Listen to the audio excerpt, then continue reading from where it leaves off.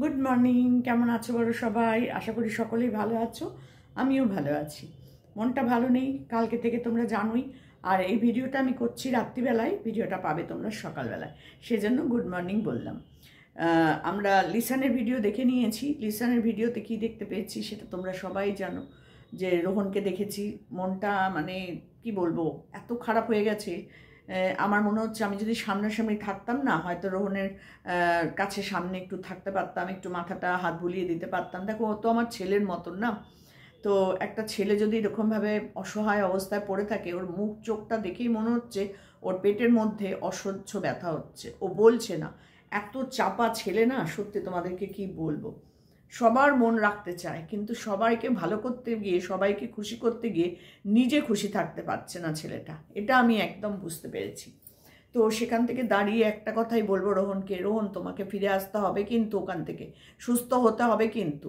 ওইভাবে ওইটুকুনি খাটের মধ্যে তোমার জায়গা নয়, এটা তোমাকে মনে রাখতে হবে। এত মানুষ তোমার জন্য প্রার্থনা করছে, দোয়া করছে। তো সেখান থেকে তুমি কিন্তু যতটা মানে সহজে, মানে যতটা মানে কি বলবো, এফোর্ট দাও যে আমাকে ঠিক হতে হবে। তুমি সোনামাকে দেখেছো? তোমরা সোনামাকে দেখেছো? যে মেয়েটা অতটা ছটফটে, অতটা দুরন্ত, সে নার্সিংহোমের ভেতরে গিয়ে, হসপিটালের ভেতরে গিয়ে কিরম চুপচাপ শান্ত হয়ে গেছে।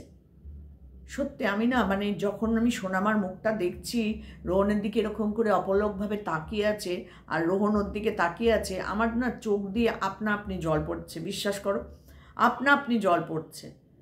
যাহারে বাচ্চাটা বলতে পারছে না কিছু, কিন্তু ভেতরে ওর খুবই কষ্ট হচ্ছে। ওর বাবাকে ছেড়ে ও শুতে পারে না। রোহন একবার চেয়েছিল যে বাচ্চাটা ওর কাছে থাকুক, তারপর আবার বলছে না, হসপিটালের মধ্যে বাচ্চা রাখা ঠিক না। আমি তো বলবো না, একদমই ঠিক নয়। হসপিটালটা শুধু তো তোমার মতো শুধু এই রুগী নয়, নানান রকম রুগী আছে ওখানে, নানান রকম রোগ। তো রুগী আপন, কিন্তু রোগ তো আপন না আমাদের, তাই না? তো সেই খাটে, একই খাটে সেখানে একটা ছোট্ট বাচ্চাকে শোয়ানো, আমি বলবো একদমই ঠিক না। তো সেখান থেকে রোহন বলছে যে না না, এখানে থাকতে হবে না। ও কিন্তু চাইছিল যে বাচ্চাটা ওর কাছে থাকুক, কিন্তু না। আমি বলবো লিসান ঠিকই করেছে, বা রোহন ঠিক সিদ্ধান্ত নিয়েছে। সোনামাকে বাড়ি নিয়ে এসছে, কিন্তু সোনামা আসতে চাইছিল না। সত্যি কি চায় বলো? কেউ কি চায়? আমার বাবা যখন হসপিটালে ভর্তি ছিলেন, নার্সিংহোমে কোঠারিতে কলকাতায়, তো আমারও মনে হতো না যে আমি বাড়ি চলে আসি। সত্যি বলছি, আমার বাবা মাত্র 3 দিন হসপিটালে, মারা যাওয়ার আগে 3 দিন হসপিটালে ভর্তি ছিলেন। মঙ্গলবার ভর্তি হয়েছে, বুধ বৃহস্পতি শুক্র, ব্যাস শনিবার দিনকেই মারা গেছেন। তো আমি না তখন ভাবতাম যে বাবার কাছে যদি থেকে যেতে পারতাম রাত্রিটুকু, তাহলে কোথায় আমি পুরো সময়টা বাবাকে দিতাম, আরও সুস্থ হয়ে যাবে তাড়াতাড়ি। তো সেই দিনগুলোর কথা আমার মনে পড়ে যাচ্ছিল সোনামাকে দেখে। আর সোনামা তো মানে চোখ দিয়ে বুঝিয়ে দিচ্ছে যে ওর কষ্ট হচ্ছে। ওর চোখটা দেখলে যে আমার এত কষ্ট হচ্ছিল, আমি কি বলবো। আর রোহনও পারছিল না, কিন্তু কি করবে, কিছু তো করার নেই না। শত কষ্ট হলেও নার্সিংহোমে তো বাচ্চাটাকে নিয়ে শুতে পারবে না। মা বাচ্চাকে রাখতে পারে, কিন্তু আদার্স কেউ বাচ্চাকে ওরকমভাবে নিয়ে রাখা ঠিক না। আমি বলবো একদমই ঠিক না। তো এই লিসান যে অত রাত্রিবেলায় কেন নিয়ে গেছে সেটাও আমি জানি না। 10টার পর বাচ্চাটাকে হসপিটালে নিয়ে যাওয়ার কোনো প্রয়োজন ছিল না। 2 দিন যখন সে এমনি থাকতে পেরেছে, আরও বাকি দিনগুলো থাকতে পারতো। দিনের বেলা নিয়ে যেতে। অত রাত্রির 11টা, 11:30 পর ফাঁকা রাস্তা, ঠান্ডার মধ্যে বাইক চালিয়ে তুমি গেছো, সেখানে তুমি ভাবো তো সোনামাটাকে কী কারণে তুমি নিয়ে গেছো। আমি জানি না, সোনামা যতই কান্নাকাটি করুক না কেন, একটা সময় কিন্তু ভুলেই যেত। অত রাত্রিবেলায় রোহনের কাছে নিয়ে যাওয়াটা আমার ভালো লাগেনি। কষ্ট হয়েছে ঠিক কথা, ওকে দেখে খুবই কষ্ট পেয়েছি, কিন্তু অত রাত্রিবেলায় এরকম একটা সময় তোমার ওই বাচ্চাটাকে নিয়ে যাওয়াটা ঠিক নয়, উচিত হয়নি। তো ফেরার সময়টাও ভাবো, রাস্তাটা পুরো ফাঁকা, ঠান্ডা হাওয়া, বাইকে করে গেলে কীরম ঠান্ডা হাওয়া লাগে সেটা তো আমরা সবাই জানি, তাই না? আর ও যে জামাটা পরে এসেছে, সোয়েটারটা পরেছে, সেটা কিন্তু পুরো ফাঁকা। আর এই বাইক যখন চলবে, পুরো হাওয়াটাই ওর মুখে চোখে লাগবে, কারণ ও সামনে বসবে। সামনে যে বসে তার মুখে চোখে হাওয়ার, কানে হাওয়াটা কিন্তু বেশি ঢোকে, নাক দিয়ে, চোখ দিয়ে, মুখ দিয়ে, সে পুরো হাওয়াটাই ওর লাগবে। তো সেখান থেকে অত রাত্রিবেলায় নিয়ে যাওয়াটার কোনো যুক্তি আমি খুঁজে পাইনি। সত্যি কথা যেটা, সেটাই আমি বললাম। এখন তোমরা যেটা ভালো বুঝেছো সেটা করেছো, কিন্তু বন্ধুরা তোমরাই বলো, অত রাত্রিবেলায় নিয়ে যাওয়াটার কোনো দরকার ছিল কি? আমি জানি সোনামা কাঁদছে, কিন্তু সোনামা তো এই দুদিন ধরে রোজই কেঁদেছে, তাহলে আর রোজই কি সম্ভব ওর কাছে নিয়ে যাওয়া? একটা পেশেন্টের কাছে তার বাচ্চাটাকে রোজ নিয়ে যাওয়া সম্ভব না। তো আমি মানে আমার মতে কোনো সময়ের জন্যই ওকে হসপিটালে নিয়ে যাওয়া আর উচিত, আর করো না, এটা বলে দেবো, পরিষ্কার বলবো যে আর করো না, যা নিয়ে গেছো কিন্তু আর করো না। ও শত কাঁদলেও এটা ওটা সেটা দিয়ে ভুলিয়ে রাখো, কিন্তু লিসানের কাছে, এই রোহনের কাছে নিয়ে যেও না। আর নার্সিংহোমটা অনেক রকম রুগী থাকে, এটা আমার আর কি বলার ছিল। আর অত রাত্রিবেলায় তো নয়, যদি নিতেও হয় তাহলে সেটা দিনের বেলা। দিনের বেলা যে ঢুকতে দেবে না তা তো না, খাবার দাবার দেওয়ার সময় বা জিনিসপত্র দিতে ঢুকতেই দেয়, কোনো অসুবিধা হয় না। ওষুধ কিনে দিতে হলে ঢুকতেই দেয় বাড়ির লোককে, আর একজন তো অ্যাটেন্ডেন্স হিসাবে বাড়ির লোক থাকতেই দেয়। তো সেখানে তুমি 5 মিনিটের জন্য একটু টুক করে সোনামাকে দেখিয়ে নিয়ে আসবে, রোহনেরও ভালো লাগবে, ওরও ভালো লাগবে। কিন্তু আমি বলবো এটা করার কোনো দরকারই নেই, আর যদিও করো তাহলে সেটা দিনের বেলা করো, এটুকুনি আমি বলবো। আর বাড়ি যাওয়ার পর অবশ্যই জামা কাপড়গুলো, ওর হাতটা ভালো করে ধুয়ে মুছিয়ে দিয়ে ওর জামা কাপড়গুলো ছাড়িয়ে দিও, এটা অন্তত করো। কারণ রোহন হলে হয়তো সেটাও করতো না, ওই জামা কাপড় পরেই খাটে শুয়ে দিত, ওই জামা কাপড় পরেই ফিডার খাইয়ে দিত, ওই জামা কাপড় পরেই বিছানায় উঠিয়ে করে দিত। তো লিসানকে বলবো যে ওই জামা কাপড়গুলো দয়া করে ছাড়িয়ে দিও, কারণ তোমরা এটা গতকাল রাত্রিবেলা তুমি গেছিলে, তো আমি এখন দেখলাম, এখন সেটা দেখে তোমাকে আমি সেটা বলছি। তো আমি যেহেতু রাত্রিবেলায় করছি, ভিডিওটা দেখার পরেই, মানে তোমার আপডেটটা পাওয়ার পরেই আমি ভিডিওটা করছি। ভিডিওটা আমি সকালবেলা পোস্ট করব, যেহেতু আমি একটা আপডেট দিয়েছি। তো সেই জন্য বলবো যে বাচ্চাটাকে কখনো হসপিটাল নার্সিং, যে কোনো বাচ্চাকে হসপিটাল বা বড়রাও হসপিটাল নার্সিংহোম থেকে ঘুরে আসার পর সেই জামা কাপড়টা পরে খাটে, ঘরে, রান্নাঘরে খাওয়ার কোনো কিছু করা উচিত না। হাত ভালো করে ধুয়ে টুয়ে জামা কাপড় ছেড়ে মুখ টুক ধুয়ে পরিষ্কার জামা কাপড় পরে ওকে ঘরে রেখো, এটুকুনি আমার তরফ থেকে তোমাদেরকে বলা। প্রত্যেকেই আমার মনে হয় আমার সাথে একমত হবে তোমরা, তাই না? কারণ হসপিটালে জার্ম থাকেই। তো রাত্রিবেলা নিয়ে যাবে না, আর গেলেও দিনের বেলা নিয়ে যাবে। আর ওই জামা কাপড়টা এসে বাড়িতে পুরো ছেড়ে হাত পা মুখ ধুয়ে ওকে পরিষ্কার করে সুন্দর করে রাখবে, এটুকুনি বলবো। কারণ এই সময় যদি সোনামাও কোনো কারণে অসুস্থ হয়ে যায় তাহলে কিন্তু দেখার খুব অসুবিধা হবে। তুমি কজনকে দেখবে বলো? এদিকে হসপিটাল, বাড়ি, একটা অসুস্থ রুগী হসপিটালে থাকলে যে কি অবস্থা হয় সেটা তো আমি জানি।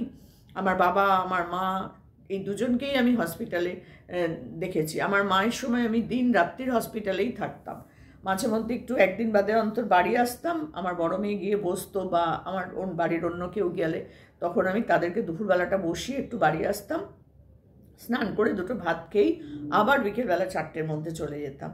আর সারাটা রাত্রির এইরকমভাবে বসে থাকতাম, কারণ ঘুমানোর তো জায়গা পাওয়া যায় না। ওই ঠাঁয় বসে থাকতাম, খাটের সাইড করে একটা দেয়ালে হেলান দিয়ে সারা রাত্রির বসে থাকতাম মায়ের খাটের ওপরে। তো সেই দিনগুলো তো আমি জানি কতটা কষ্টকর ব্যাপার হয়। আর রোহন তো যথেষ্ট বড়, সেই রকমভাবে অসুস্থ না যে ও নড়াচড়া করতে পারছে না। তবে যখন ও উঠে বসতে চাইছিল তখন ওখানে যে ডাক্তার ছিলেন না, অ্যাটেন্ডেন্স ছিলেন, আমি অতটা খেয়াল করিনি, উনি কিন্তু বলছিলেন যে না, ওঠা যাবে না, ওর শরীরটা একটু খারাপ আছে, শরীরটা কিন্তু খারাপ আছে। তার মানে বোঝা যাচ্ছে যে রোহনের যে রিপোর্টগুলো এসছে, জানি না সেখানে কতটা কি খারাপ এসছে না এসছে, তবে এইটুকু বলবো রোহনের শরীরের পরিস্থিতি কিন্তু একদমই ভালো নয়। না হলে সামান্য একটু উঠে বসে কথা বলতে দিচ্ছে না, তাহলে বুঝতেই পারছো নিশ্চয়ই কোনো একটা ভালো কিছু রকম, যে ওর মাথা ঘুরে যেতে পারে বা ও পড়ে যেতে পারে, মানে ওর টাল রাখতে পারবে না, এরকম একটা ব্যাপার হতেই পারে। যার জন্য উনি কিন্তু বলছিল যে আর বসলেও দেয়ালে হেলান টালান দিয়ে বসতে বলছিল, মানে শরীর এতটাই খারাপ। তার মধ্যেও রোহন কিন্তু বলছিল যে ওর পেটে একটা ব্যথা কিন্তু এখনও হচ্ছে।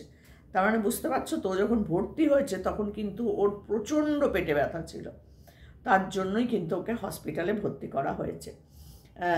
তো ঠাকুরের কৃপায় যেন ঠাকুর সুস্থ হয়ে যায়। অনেক কঠিন কঠিন রোগ থেকেও মানুষ বাড়ি ফিরে আসে, আর এই রোগের চিকিৎসাও আছে, এমন না যে চিকিৎসা নেই।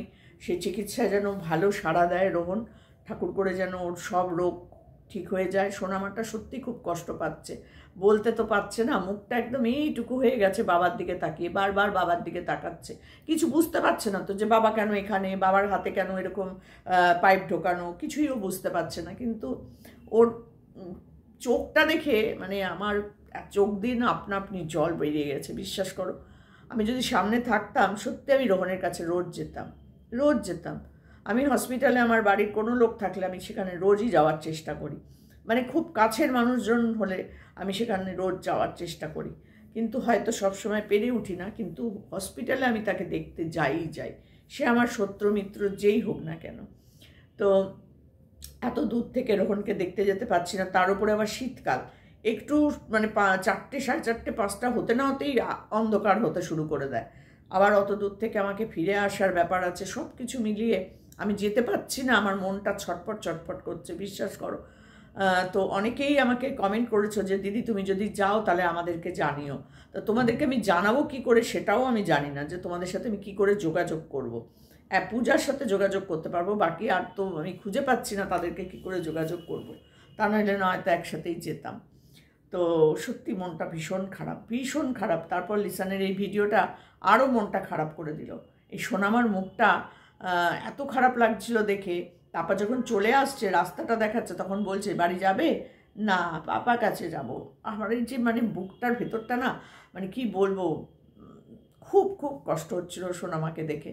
রোহনও কাঁদতে পারছিল না, তবে রোহনও কিন্তু চোখ মুছছিল মাঝে মধ্যে, মুখটা অন্যদিকে ঘুরিয়ে নিচ্ছিল।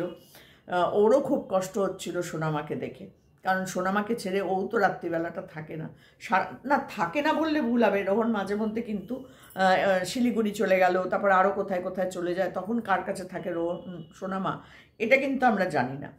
তো নিশ্চয়ই ওর মার কাছেই থাকে, বা দিদি আসে, বা কারোর কাছে নিশ্চয়ই থাকে।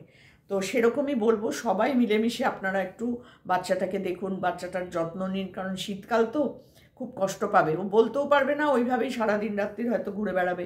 তো আপনারা সবাই মিলে বাড়ির যারা আছেন, রোহনের পরিবার তো আছেই, তার সাথে সাথে রোহনের পরিবারের যারা আছেন বা আশেপাশে যারা আছেন, একটু বাচ্চাটাকে দেখে রাখবেন। আমাদের কাছে যদি থাকতো, আমার কাছে যদি থাকতো, আমি নিয়েই আসতাম যে আমার বাড়িতে থাকুক বাচ্চাটা, কিন্তু ও তো আমাদের সাথে সেইরকমভাবে চেনে না যে রোজ দেখে, তা তো না, মাঝে মধ্যে দেখে, কিন্তু সেখানে হয়তো কিছুক্ষণ থাকবে, তারপরেই তার বাড়ির লোকজনের কথা মনে পড়বে।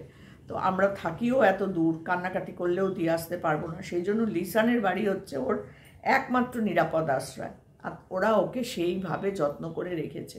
সত্যি বলছি, ভগবান লিসানের পরিবারের সবার খুব ভালো করুক, এইটুকুনি বলবো। আর ঠাকুরের কাছে প্রার্থনা করব আমাদের রোহন যেন তাড়াতাড়ি সুস্থ হয়ে বাড়ি আসে। কঠিন থেকে কঠিনতর রোগেরও কিন্তু চিকিৎসা হয়, আর নিজেকে সাড়া দিতে হয় সেই চিকিৎসায়, মনোবলটাকে ভেঙে ফেললে হবে না, এটা হচ্ছে কথা। ও যে বলছে না সেরম কিছু আমার হয়নি, কিন্তু তারপরেও বলছে পেটে একটা ব্যথা হচ্ছে। তো লিভারের ব্যাপার তো সহজে একটু দেরি হয় কমতে, কিন্তু কমে যাবে। আমরা সবাই প্রার্থনা করব যেন রোহন যেন সুস্থ হয়ে তাড়াতাড়ি বাড়ি ফিরে আসে, তাই না? চলো আমরা সবাই একটু প্রার্থনা করি রোহনের জন্য, আর সোনামার জন্যও প্রার্থনা করতে হবে, কারণ তার বাবা হসপিটালে ভর্তি। ওইটুকু ছোট্ট একটা দুধের মতো শিশু, মানে কি বলবো, ওটা মাটির দলা, ওর তো কিছুই বোঝে না। তো তার জন্য আমরা ঠাকুরের কাছে প্রার্থনা করব, তার বাবা যেন তার কাছে তাড়াতাড়ি করে চলে আসে। খুব কষ্ট লাগছে সোনামাকে দেখে, সত্যি মুখটা একদম মানে মেয়েটার কাঁদতেও পাচ্ছে না, থাকতেও পাচ্ছে না, যেতেও পাচ্ছে না, ভেবাচাকা খেয়ে আছে যে বাবা কেন এরকমভাবে বসে আছে। সত্যি খারাপ লাগছিল। তো চলো, এটুকুনি বলার ছিল। প্রার্থনা করো সবাই প্রার্থনা করো। আর যদি কোনো সাহায্যের প্রয়োজন পড়ে অবশ্যই কিন্তু তোমরা যোগাযোগটা করো, লিসানের সাথে লিসানের ভিডিওটা দেখো, আমার ভিডিওটা দেখো। আমরা নিশ্চয়ই সবাই রোহনের জন্য পাশে থাকবো, যার যতটুকু সামর্থ্য। যেটা রোহন বলছে বারবার যে হয়তো আমাকে সবার কাছে হাত পাততে হবে চিকিৎসার জন্য, আজকে যে ছেলেটা সবার জন্য করে এসেছে, অসহায় মানুষের পাশে দাঁড়িয়েছে, আজকে তার পাশে আমরা দাঁড়াবো না, এটা কখনো হতে পারে? কখনো হতে পারে না। তো আমি রোহনের বন্ধুদের কাছেও রিকোয়েস্ট করব, প্লিজ তোমরাও একটু ওর পাশে এসো, বারবার বলছি তোমরাও একটু ওর পাশে দাঁড়াও। দেখো, টাকা পয়সাটাই সব নয়, পাশে এসে দাঁড়িয়ে মনোবল দেওয়াটাও কিন্তু একটা বড় কথা, তাই না? আর আমরা সবাই যদি প্রয়োজন পড়ে 10 টাকা, 5 টাকা, 50 টাকা, 100 টাকা আমরা কত ফালতু খরচ করে দিই, তাই না? আমার মনে আছে এমজির জন্যও কিন্তু রোহন এরকম হাত জোর করে সবার কাছে বলেছিল যে এমজিদাকে বাঁচান, এমজির জন্য আমরা সবাই কিছু না কিছু পাঠিয়েছিলাম, তাই না? তো আমরা এখন রোহনের পাশে তো নিশ্চয়ই দাঁড়াবো। আপনারা যদি একমত হন অবশ্যই আমাকে কমেন্ট বক্সে কমেন্ট করবেন যে দিদি আমরা রোহনের পাশে আছি। সবাই যার যেটুকুনি সামর্থ্য, যদি প্রয়োজন পড়ে লিসানের ভিডিও থেকে যদি একবার আমরা জানতে পারি, বা আমার ভিডিও থেকে যদি আপনারা একবার জানতে পারেন যে রোহনের ফান্ডের প্রয়োজন আছে, আমি সবার কাছে হাত জোর করে বলবো যে আপনারা নিঃস্বার্থভাবে ছেলেটার পাশে দাঁড়াবেন, আমাদের সোনামার মুখের দিকে তাকিয়ে অন্তত পাশে থাকবেন প্লিজ। এইটুকুনি আপনাদের কাছে নিশ্চয়ই আমরা সাহায্য পাবো, তাই না? তো চলো, টাটা।